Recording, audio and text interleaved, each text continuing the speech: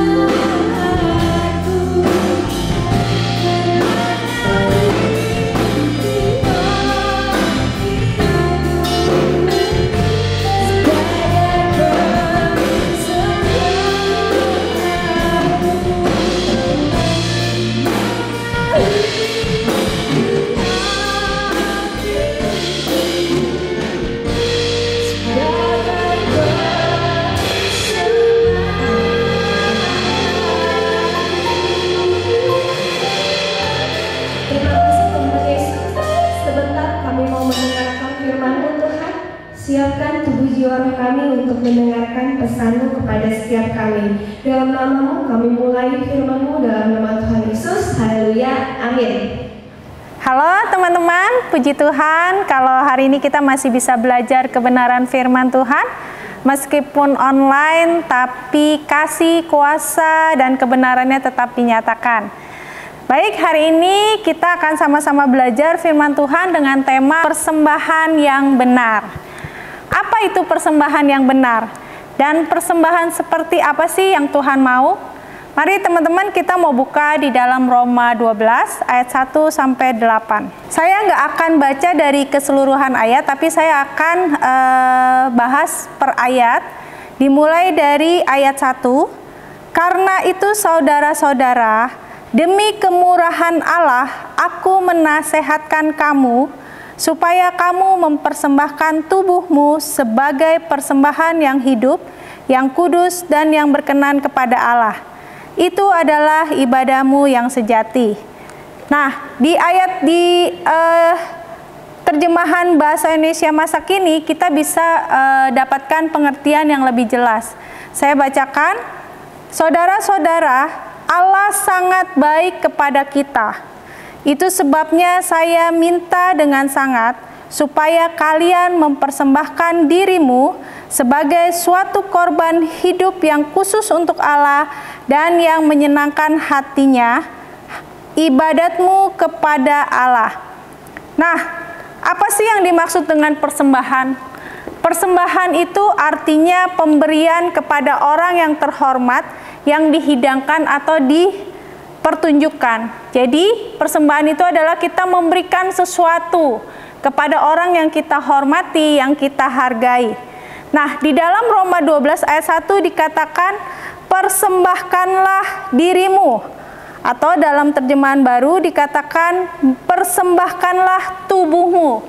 Artinya apa teman-teman? Tuhan mau kita mempersembahkan seluruh tubuh kita, jiwa kita, roh kita, tubuh kita untuk Tuhan. Jadi yang dimaksud dengan mempersembahkan tubuh sebagai persembahan yang hidup, yang kudus, dan yang berkenan, artinya apa yang kita pikirkan itu tidak lagi sama dengan dunia ini. Artinya kita tidak lagi hidup oleh daging, tetapi kita hidup menurut roh.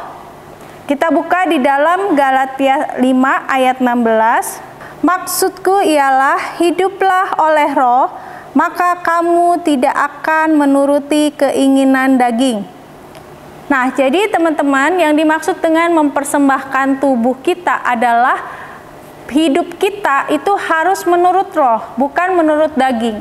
Saya sudah tidak perlu menjelaskan hidup menurut daging itu seperti apa. Teman-teman boleh baca sendiri di Galatia 5 ayat 16 sampai 21.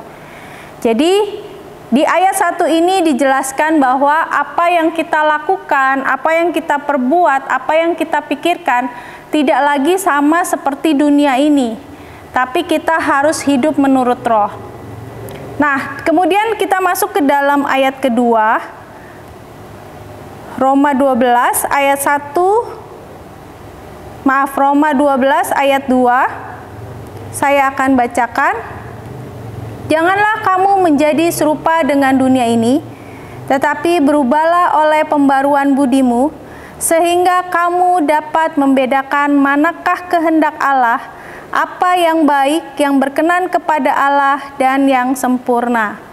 Jadi di ayat 2 ini firman Tuhan mengatakan bahwa kita tidak boleh serupa lagi dengan dunia ini. Karena saat ini kita bukan lagi berasal dari dunia ini, kita adalah ciptaan baru. Hidup kita bukan lagi hidup menurut daging, hidup kita menurut roh. Otomatis ketika kita hidup menurut roh, kita tidak akan lagi menjadi serupa dengan dunia ini. Nah, bagaimana caranya supaya kita bisa hidup menurut roh? Firman Tuhan katakan bahwa berubahlah oleh pembaruan budimu. Budi itu berbicara tentang pikiran. Jadi, berubahlah pikiran kita. Nah, bagaimana cara pikiran kita bisa diubahkan? Yaitu berdasarkan firman Tuhan. Jadi semakin kita terus-menerus merenungkan firman, semakin kita terus-menerus memikirkan firman, maka pikiran kita otomatis akan diperbarui terus oleh firman. Jadi di ayat 2 ini kita bisa belajar, kita mau terus memperbarui pikiran-pikiran kita menurut firman Tuhan. Nah, supaya apa? Supaya firman Tuhan katakan kita bisa membedakan mana kehendak Allah, apa yang baik, yang berkenan kepada Allah dan yang sempurna. Jadi ketika kita terus memperbarui pikiran kita dengan roh, dengan firman Tuhan, maka hidup kita tidak lagi sama dengan dunia ini, tetapi hidup menurut roh, berdasarkan firman. Kemudian kita masuk di ayat ketiga, saya akan bacakan. Berdasarkan kasih karunia yang dianugerahkan kepadaku, aku berkata kepada setiap orang di antara kamu, janganlah kamu memikirkan hal-hal yang lebih tinggi daripada yang patut kamu pikirkan. Tetapi hendaklah kamu berpikir begitu rupa, sehingga kamu menguasai diri menurut ukuran iman yang dikaruniakan Allah kepada kamu masing-masing. Kemudian kita masuk ke dalam ayat 4. Sebab sama seperti pada satu tubuh kita mempunyai banyak anggota, tetapi tidak semua anggota itu mempunyai tugas yang sama. Ayat 5, demikian juga kita, walaupun banyak, adalah satu tubuh di dalam Kristus. Tetapi kita masing-masing adalah anggota yang seorang terhadap yang lain. Ayat 6, demikianlah kita mempunyai karunia yang berlain-lainan menurut kasih karunia yang dianugerahkan kepada kita. Jika karunia itu adalah untuk berbuat, baiklah kita melakukannya sesuai dengan iman kita. Jika karunia untuk melayani, baiklah kita melayani. Jika karunia untuk mengajar, baiklah kita mengajar. Ayat 8, jika karunia untuk menasehati, baiklah kita menasehati. Siapa yang membagi-bagikan sesuatu, hendaklah ia melakukannya dengan hati yang ikhlas. Siapa yang memberi pimpinan, hendaklah ia melakukannya dengan rajin. Siapa yang menunjukkan kemurahan, hendaklah ia melakukannya dengan sukacita. Jadi di ayat 3-8 ini teman-teman dijelaskan bahwa Allah memberikan setiap orang itu karunia yang berbeda-beda.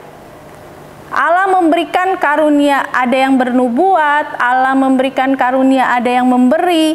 Dikatakan Allah memberikan karunia untuk menasehati. Jadi setiap orang mempunyai karunia masing-masing.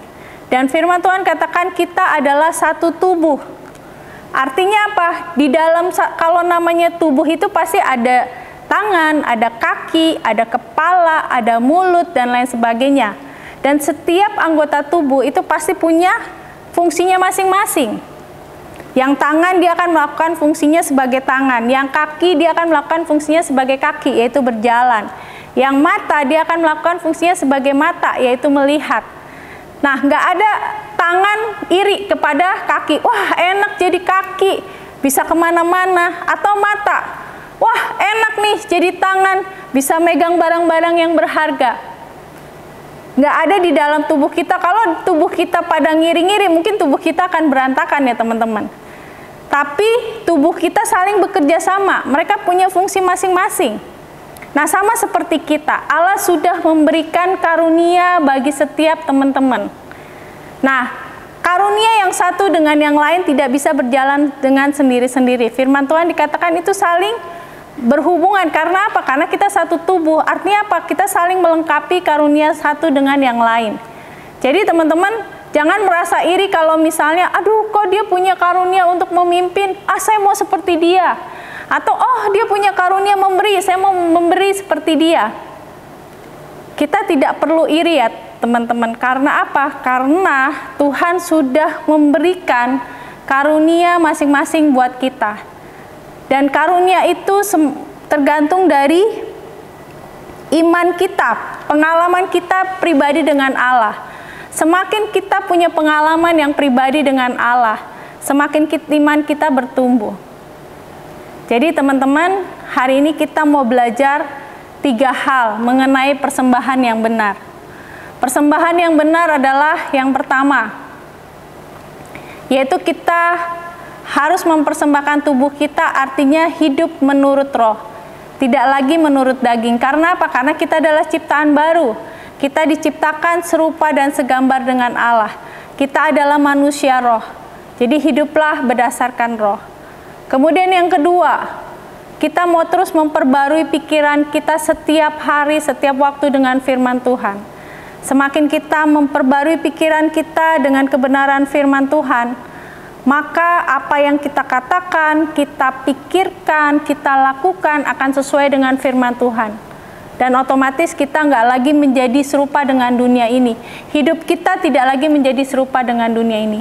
Yang ketiga, maksimalkan karunia-karunia yang Tuhan sudah berikan kepada teman-teman.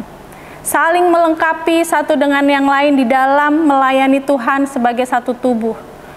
Jangan lagi iri terhadap karunia orang lain, tapi mari kita mau terus kembangkan karunia yang Tuhan berikan. Nah, bagaimana caranya supaya kita tahu, aduh saya nggak tahu nih karunia saya apa nih? Teman-teman datang sama Tuhan. Teman-teman berdoa, Tuhan bukakan apa yang menjadi karunia yang Tuhan percayakan kepada saya. Sehingga ketika teman-teman ketemu karunia teman-teman akan maksimal di dalam melayani Tuhan. Demikian firman Tuhan, walaupun singkat, biarlah saya berdoa, Roh Kudus terus menjelaskan lebih lagi kepada teman-teman, dan firman Tuhan hari ini boleh menjadi rema, menjadi benih yang tumbuh subur di setiap hati teman-teman, dan teman-teman semakin bertumbuh di dalam Tuhan. Mari kita mau tutup di dalam doa. Bapa kami di dalam kerajaan surga, Engkau Bapa yang baik, kami bersyukur Tuhan buat kebenaran firman-Mu pada hari ini.